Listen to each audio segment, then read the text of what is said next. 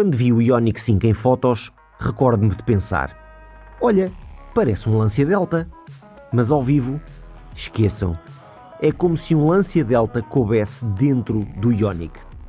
É muito maior do que aparenta em imagens, mais alto e, sobretudo, mais largo.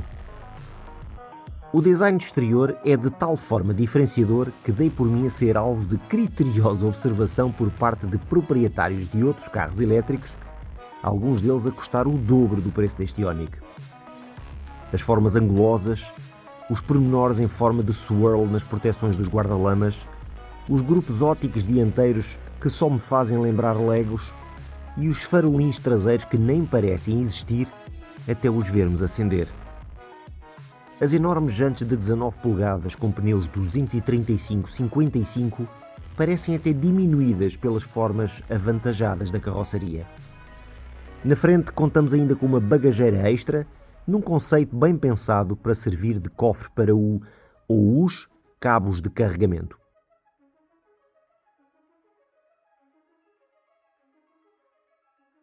Ora, portanto, vamos lá então conhecer este Ioniq por dentro.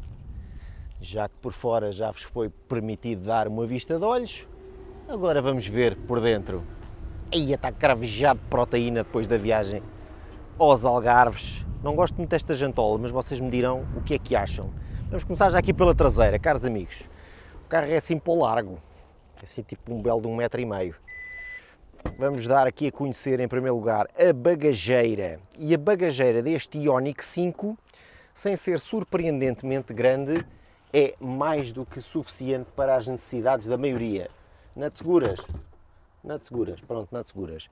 São 588 litros, não é obviamente até à chapeleira, é até ao teto e com os bancos na posição mais adiantada. Aqui ainda temos os cabos para carregamento da tomada 220 volts e mais aqui umas ceninhas que eu não sei exatamente o que é que são, mas para o caso também não interessa. A bagageira é bastante funcional, apesar do carregamento ser bastante alto, e temos aqui uma superfície de bagageira muitíssimo interessante, 588 litros. A visibilidade para trás é excelente, porque apesar da inclinação deste vidro traseiro não ser propriamente muito grande, e agora tenho aqui uma mosca à minha volta, e a visibilidade é realmente a todo o tamanho do carro, a toda a largura. Posto isto, vamos passar aqui aos lugares de trás. Para já, o acesso é feito por umas portas enormes. Estas portas devem ter bem mais de 1,20 m de tamanho e abrem num ângulo de quase 90 graus e, portanto, a acessibilidade é bastante fácil. Vou-vos mostrar aquilo que eu considero realmente campeão neste Ioniq, que é o espaço atrás. Meus amigos, isto é gigante aqui. Temos saídas de ar-condicionado só para nós, individuais. Temos aquecimento dos bancos também aqui atrás e tudo é grande. Temos também aqui um encosto de braço, onde podemos ir aqui muito refastelados, com uns assentos bastante confortáveis. Temos tomadas de carregamento USB normais aqui atrás, mais uma zona para guardar aqui objetos. E este espaço aqui realmente é muito grande. E mesmo se eu optar por chegar o banco para a frente, aumentando drasticamente o espaço da bagageira, ainda assim este banco está para a minha posição, continua a ter imenso espaço para o banco da frente. E portanto, voltando à posição traseira, isto realmente é aqui uma verdadeira limusine, com a grande vantagem de que a zona para os pés é completamente lisa e, portanto, não há aqui qualquer espécie de interferência e a sensação de espaço a bordo é realmente muito agradável. O espaço atrás é enorme. A inclinação das costas dos bancos também pode ser alterada e, apesar de termos aqui uns vidros escurecidos atrás, a visibilidade para os passageiros de trás não tem aqueles inconvenientes às vezes dos carros mais modernos que têm assim as traseiras muito cortadas e depois acabam por estar aqui, dar aquela sensação de um carro demasiado escotilhado ou quase que submarino atrás.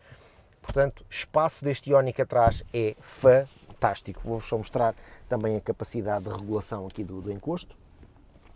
Portanto, aqui através deste botanito podemos regular o encosto e ou para acomodar um objeto maior ou para termos aqui mais espaço nos lugares traseiros. Portanto, campeão, portas grandes, acessibilidade em altas. Passo agora aqui para o lugar dianteiro e os lugares dianteiros, mas antes quero-vos mostrar aqui um pormenor muito engraçado aqui do lado do pendura. É que o porta-luvas é em forma de gaveta. Epá, e é espetacular. Eu lembro-me que o último carro que eu ensaiei que tinha um porta-luvas desta maneira, em forma de gaveta, era o Renault Captur. Contamos aqui com umas portas grandes, sistema de som by Bose, e como eu vos dizia, é um porta-luvas enorme, uma boa gaveta, e temos aqui este pormenor que eu acho que é realmente delicioso. Mais uma vez aqui sentados no banco do pendura, também temos uma excelente visibilidade para a frente, o tablier todo ele é assim bastante liso, sem grandes curvaturas ou sem grandes altos e baixos, e está tudo muito bem montado. A escolha dos materiais é muitíssimo boa. Eu gosto da robustez com que tudo está feito, porque este carro não tem o mais pequeno ruído parasita a bordo. Mais uma vez temos toda esta zona dos pés aqui completamente desimpedida e dá uma sensação de desafogo muito grande. Aqui temos uma zona de arrumação também bastante grande. Aqui mais um porta-copos, tomadas de carregamento, o botão para acionar o carregamento sem fios do telemóvel, e temos aqui esta zona aqui por baixo também, que é absolutamente gigante, onde cabe muitíssima coisa. Portanto, em termos de utilização interior, o carro está muitíssimo bem conseguido. Este apoio de braço aqui também tem uma caixa enorme, onde eu tenho aqui guardada parte da minha mobília de casa, e portanto realmente o espaço a bordo deste Ioniq 5, e quem vê o carro do lado de fora consegue surpreender em muito pela positiva, porque realmente a agradabilidade é enorme. Como vocês veem, temos aqui todo este espaço completamente livre, eu posso quase passar os pés para o outro lado sem qualquer espécie de impedimento de espaço. Mas queria-vos só mostrar aqui este pormenor aqui do porta-luvas, que é giríssimo. Vamos agora passar aqui para o lado do piloto.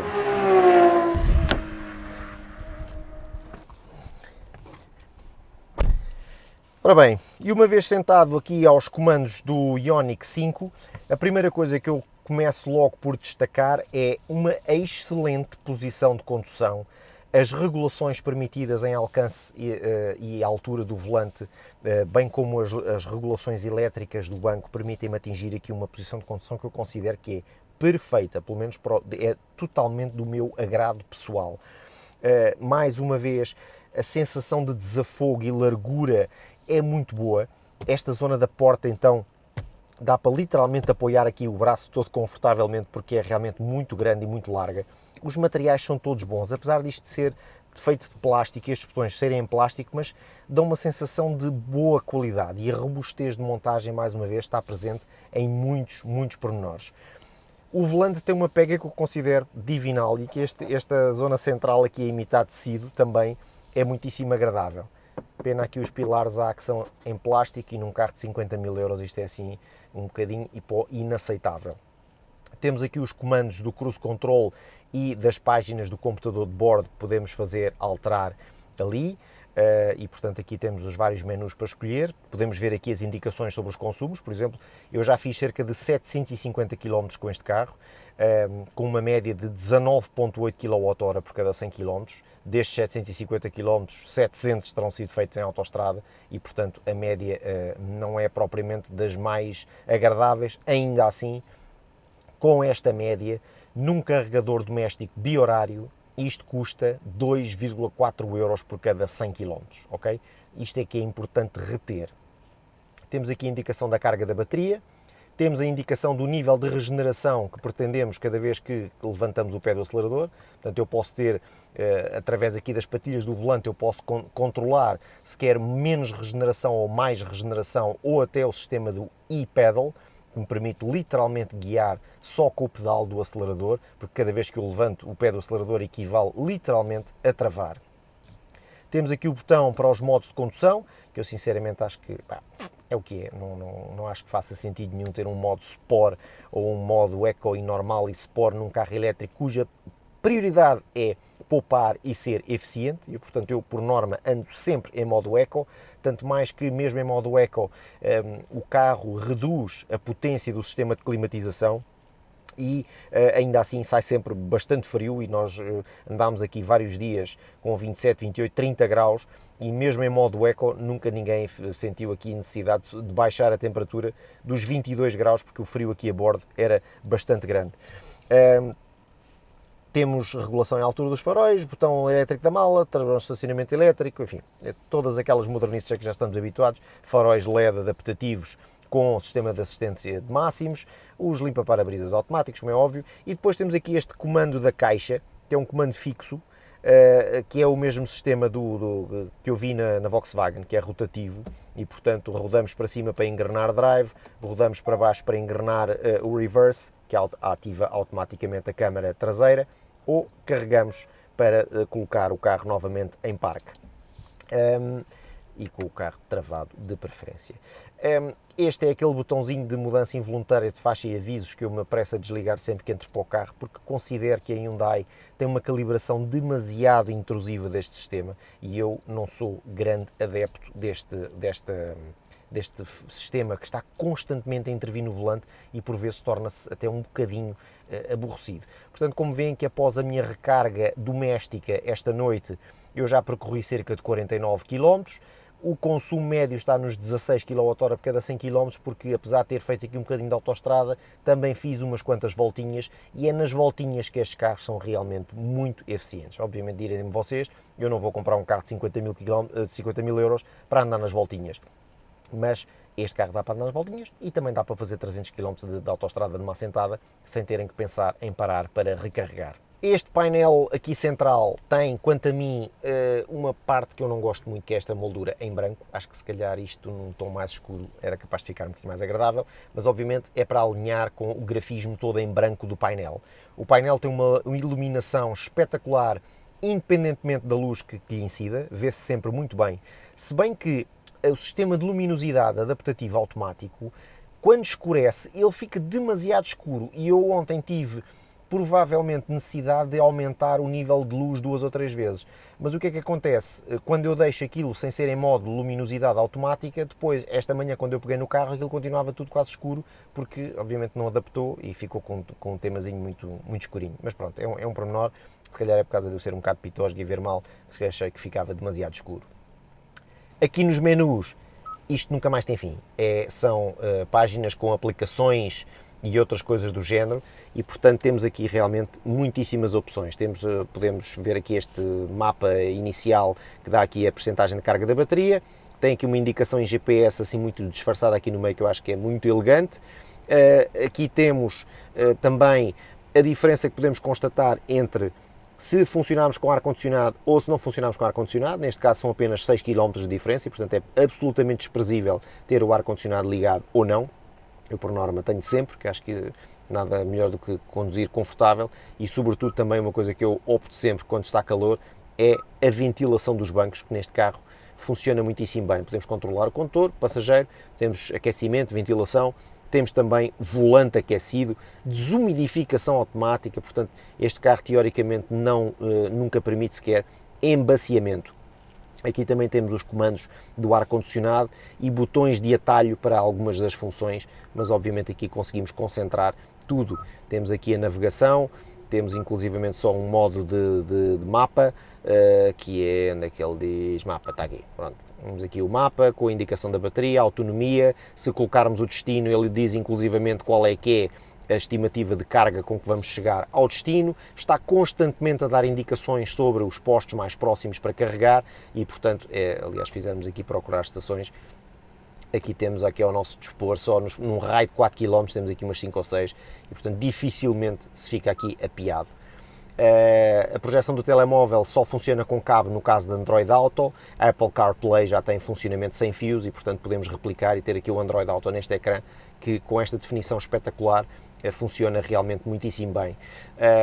Depois temos aqui nas definições mais uma parangona de instrumentos, as definições do veículo, onde podemos, lá está, programar tudo quanto são aqui os modos de condução, o head-up display, inclusivamente até a inclinação do head-up display, o nível de luminosidade, o nível de informação que queremos ter no ecrã, tudo pode ser configurado para termos aqui, e este head-up display é de uma qualidade absolutamente extraordinária. Não sei se vocês conseguem ver, mas eu tenho alguns vídeos feitos.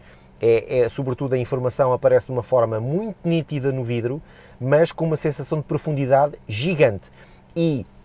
Ou seja, eu tenho a sensação que a informação está projetada tipo uns 10 metros à frente do carro, que é muito curioso, porque realmente temos uma sensação de realidade aumentada muito engraçada, porque ele dá não só mensagens de velocidade, dos sinais de trânsito, das indicações do GPS, como também baliza a distância para os outros carros com cores. Portanto, se o carro estiver longe está verde, se o carro estiver longe está azul, vai pondo umas barras de aproximação ao veículo da frente quando vamos a funcionar com o cruise control adaptativo, e portanto é um sistema com as direções do GPS também aparecem no vidro, sob forma de setas. Cada vez que aparece um carro no ângulo morto também vemos uma iluminação em vermelho junto ao canto do head-up display. Portanto, é sem dúvida dos melhores sistemas de head-up display com os quais eu consegui conviver até hoje.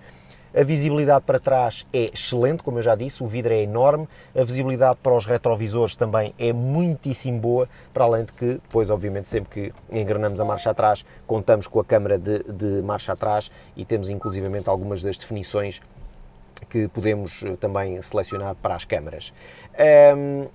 E, portanto, não sei se me falta alguma coisa, eu diria que não, que já cobri mais ou menos tudo. Portanto, este carro, em situação normal, bateria de 73 kWh, de acordo com a marca, poderia alcançar até 686 km, não sei bem como. Portanto, isto implicaria aqui um consumo médio para o fazer pouco superior a 10 kWh por cada 100 km. Um carro que em autoestrada faz mais de 20, e aqui nas voltinhas o mínimo que eu vi foi 13, 14. Portanto, se calhar é, enfim, um pouco de algum otimismo à volta desse tema. Mas é um carro que, em jeito de resumo, me está a deixar positivamente impressionado pelo espaço habitável, pela facilidade com que estamos aqui dentro, pela qualidade dos revestimentos e dos acabamentos deste Hyundai. Bem sei que não é um carro barato, estamos a falar de um carro de mais de 50 mil euros, mas que tem espaço a rodos para 5 adultos, uma boa bagageira, tem equipamento em que não falta rigorosamente nada, até uma alta fidelidade com o sistema de som Bose nós temos, e realmente é um carro multifacetado que permite não só um convívio dia a dia em meios predominantemente urbanos, como é um carro que não se coíbe de fazer deslocações superiores a 300 km em autoestrada sem precisar de um carregamento pelo meio. Portanto, meus caros amigos, eu espero que vocês tenham gostado da mostra do interior deste Ioniq 5, e se gostaram da mostra do interior do Ioniq 5, eu agora vou dar início à parte da condução, onde depois podemos aqui realmente ver mais alguns pormenores também deste Ioniq. Está bem? Vamos lá então. É ao volante deste Hyundai Ioniq 5 e nestas pequenas deslocações por estradas nacionais e estradas secundárias que realmente nos apercebemos que é este o elemento preferencial para veículos elétricos performarem da melhor maneira no que toca ao rendimento do seu motor e aos consumos. É fácil atingirmos consumos de 12, 13 kWh por cada 100 km e realmente até mesmo se eu puxar por todos os níveis de regeneração, temos para além de 3 níveis de regeneração, temos ainda um total que é o iPedal, em que realmente a regeneração é tão forte que com qualquer levantamento de acelerador equivale a estarmos literalmente a travar.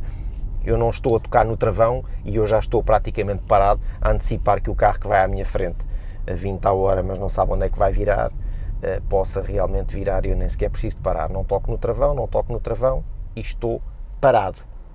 E portanto, e este senhor ainda não decidiu exatamente onde é que quer virar e eu estou aqui parado atrás dele.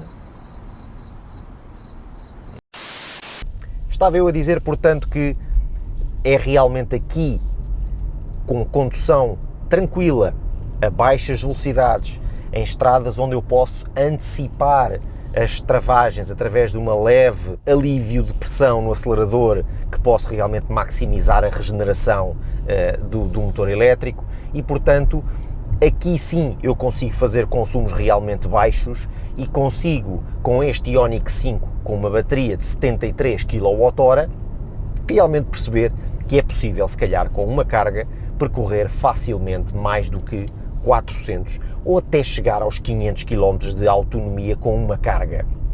Obviamente nunca nos podemos esquecer de uma coisa, e muito tem sido a conversa com vários players de que eu só compro um carro elétrico quando a autonomia for 1000 km. Mas quando a autonomia for 1000 km a bateria é gigante e às tantas já não podemos ter carta só de ligeiros, já temos de ter carta quase de pesados porque vamos andar a deslocar um peso gigante o tempo todo. Quando na realidade, para a maioria dos utilizadores de um carro elétrico, as grandes deslocações que requerem uma autonomia de bateria maior, se calhar fazem-nas uma ou duas vezes por ano. E em 95% das alturas, até uma bateria de 30 kW lhe chegava perfeitamente para a sua tipologia de deslocações diárias. É este o paradigma que é preciso vencer nos carros elétricos. Mais do que pensarmos aqui num ensaio, o Ioniq comporta-se bem, comporta-se mal, tem 3 modos diferentes de condução, que para mim não fazem qualquer sentido num carro destes. Ter um modo Eco, normal e Sport. Quem compra um carro elétrico quer, acima de tudo, poupar. E, portanto, se quer poupar, não quer pensar em usufruir de um modo de condução que de repente lhe faça disparar o consumo de 20 kWh para 30. Portanto, isso não faz sentido absolutamente nenhum. A filosofia destes carros induz a uma condução tranquila, induz a uma utilização muito pacata e, portanto, na minha ideia, esta questão dos veículos elétricos continuarem a trazer características para os tornarem parecidos com os carros a combustão é para mim um contrassenso. A filosofia de utilização de um carro destes é completamente diferente.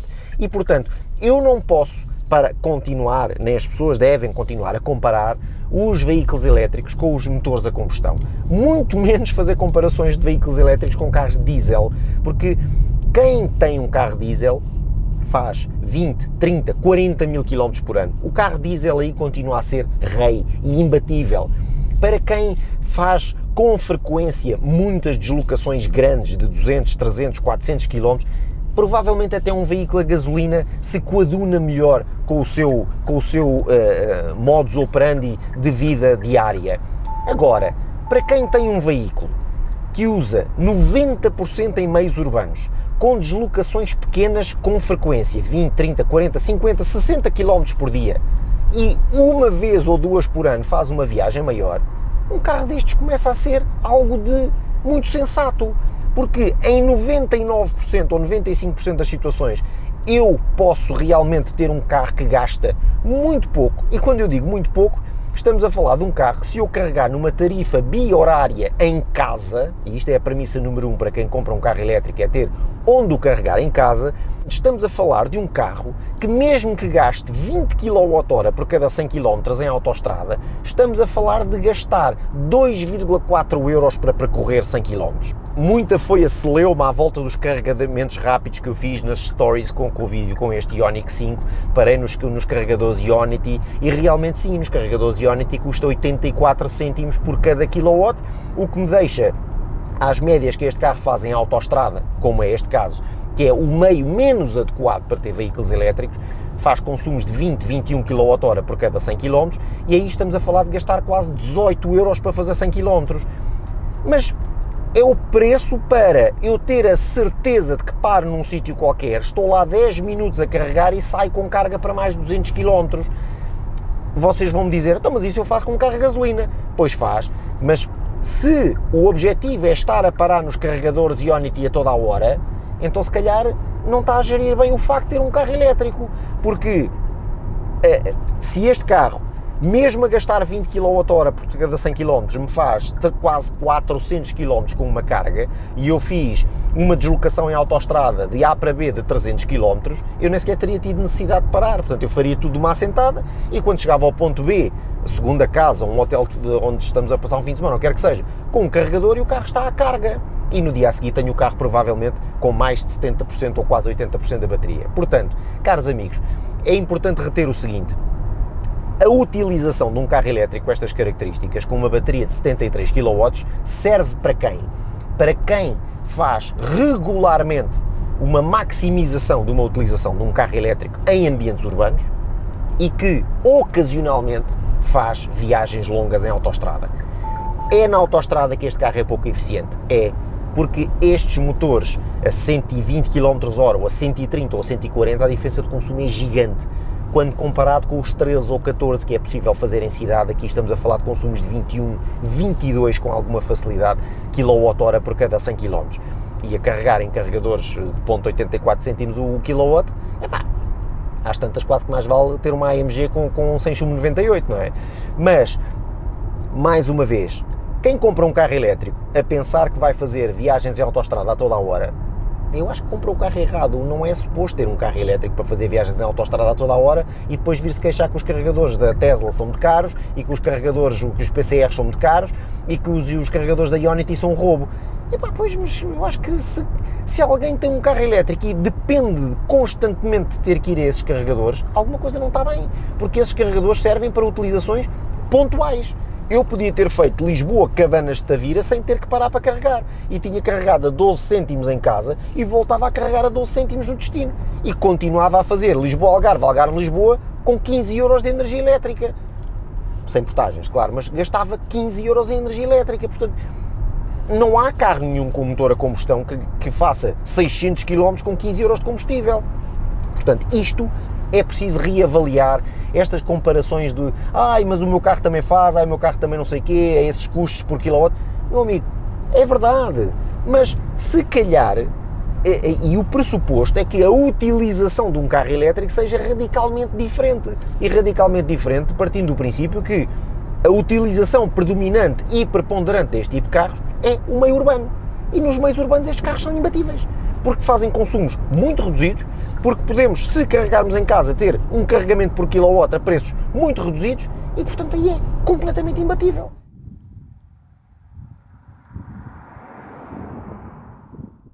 E, portanto, foquemos-nos aqui, mas é no desempenho do Ioniq 5, que é um carro que me começou por deixar muito bem impressionado do ponto de vista de, obviamente, do silêncio, não existe barulho de motor, mas pelo conforto de rolamento. Apesar de contarmos aqui com umas enormes jantes de 19 polegadas com pneus 235, é um carro com uma agradabilidade de utilização extraordinária. Tem uma direção bastante mais direta do que eu imaginava, não é um carro com uma direção daquelas muito insensíveis ou assim um bocadinho amorfas. É um carro que responde muito bem aos inputs de direção. Tem um tato de travão muito simpático, obviamente que a regeneração deste motor é de tal forma grande que é raro eu usar o travão, a sério que é raro usar o travão, mas do ponto de vista de condução, aquilo que se destaca também neste carro é a visibilidade espetacular para todos os cantos do automóvel. Para a frente, para os lados, pelos retrovisores grandes, o vidro de trás é enorme e tem uma inclinação que ao princípio me fez andar aqui um bocadinho à procura do limpa-parabrisas quando fui lavar o carro, mas afinal não tem atrás. Portanto, é um bocadinho estranho, porque apesar de ser assim um vidro inclinado, aquilo depois de ficar molhado, fica molhado e cheio de gotas durante muito tempo. Mas é um carro com zero ruídos aerodinâmicos. Por norma, às vezes, num carro demasiado silencioso, começam-se a ouvir ruídos do retrovisor ou aqui do pilar A, e este carro está primorosamente construído. Aliás, todo o fit and finish deste carro impressionou-me muito pela positiva, a escolha de materiais é espetacular. A posição de condução é absolutamente perfeita. Vamos um bocadinho altos, sim senhor, também a filosofia deste carro, que quando eu vi pelas primeiras fotografias achei que era um carro do tamanho tipo de um Golf, mas afinal, e ao pé do carro, o carro é bastante mais imponente, o carro é bastante maior, é largo e é bastante maior do que à partida se supõe.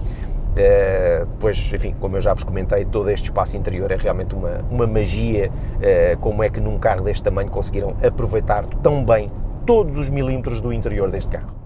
Depois contamos aqui com talvez o melhor head-up display que eu alguma vez tenha visto, porque não só a informação é projetada de forma ultra nítida no vidro, como é projetada com uma sensação de distância muito grande, e depois tudo é projetado no head-up display, desde o sinal de ângulo morto, à distância para o carro da frente, quando vamos em sistema de cruise control automático, com o sistema Highway Driving Assistance, em que o carro praticamente conduz quase sozinho, e eu digo quase sozinho porque aqui 30 e 30 segundos temos de deitar as mãos ao volante, porque senão ele está constantemente a dizer põe as mãos no volante, põe as mãos no volante, e às vezes até quando estou com as mãos no volante, ele não detecta o peso das mãos e começa-me logo a dizer põe as mãos no volante, eu digo, mas eu tenho as mãos no volante.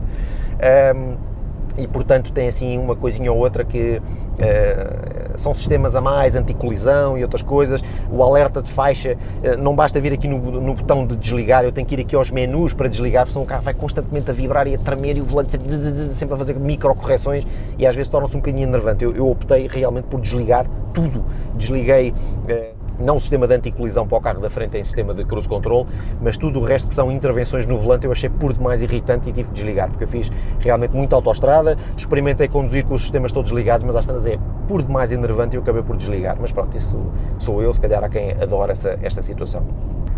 O desempenho deste carro é muito satisfatório, não é um carro que eu diga é entusiasmante de conduzir porque tem tração atrás e faz drifts e o caraças. A few moments later. São 218 cavalos, 350 Nm de binário instantâneo, o que é suficiente para uma velocidade máxima de 180 km/h, que ninguém vai fazer com este carro, e uma aceleração do 0 aos 100 em 7 segundos e meio, o que para um bicho com 2 toneladas, ainda assim não deixa de ser muito bom. Esta bateria realmente com 73 kWh, em viagens de autoestrada eu não consegui baixar de consumos a 120 km/h de cruise control ligado, esteve calor, ar-condicionado sempre ligado, mas realmente as autonomias andaram sempre na casa dos 350, 360 km, nunca melhor do que isso. Os consumos nunca baixaram dos 21 kWh por cada 100 km. Efetivamente, em meios urbanos e em viagens ou em deslocações a velocidades mais baixas, o consumo desce bastante, estamos a falar de descer para níveis de 13, 14 kWh, mas sem nunca ter aqui um consumo médio que me permita sequer chegar próximo dos anunciados 686 km de alcance que a marca anuncia para este carro. E esta é a versão com 218 cavalos e apenas com tração atrás. Vai existir uma versão com 2 motores, com 306 cavalos e com tração integral e, portanto, eu prevejo que aí os consumos sejam ainda piores para esta bateria de 73 kWh. Esta bateria de 73 kWh em carregamentos domésticos, como eu tive que fazer, por exemplo, esta noite, o carro esteve ligado para umas 10 horas à ficha e com uma tensão de 220 volts normal, a 1.2 kWh de carregamento, que foi a tensão mais ou menos que ele me mostrou que estava a carregar, ao fim de 10 horas eu tinha 12 kW e 12 kW numa viagem de autoestrada dão para pouco mais do que 50 km, mas pronto. Portanto, isto realmente é eficiente, convirá quem pensa ter um carro com uma bateria desta dimensão, ter um carregador em casa em esquema trifásico, possa carregar pelo menos a 32 amperes, ou seja, a 7 kW por cada hora, porque de outra forma, se chegar a casa com pouca autonomia e quiser ter o carro a 100% no dia a seguir, isso não vai acontecer. Eu gostei muito da utilização deste Ioniq 5, é um carro, enfim, que não tem propriamente o seu maior trunfo no preço de venda ao público, estamos a falar de um carro que já custa mais de 50 mil euros, mas para aquilo que se propõe como um tudo em um, já se torna muito interessante, já permite fazer a vidinha na cidade e carregar lá de 2 em 2 semanas e também já consegue ir de Lisboa até Albufeira tranquilamente, sem precisar de carregar pelo caminho e pode-se carregar baratinho em casa e baratinho no destino, por exemplo. E portanto acho que serve na perfeição. E esta, hein?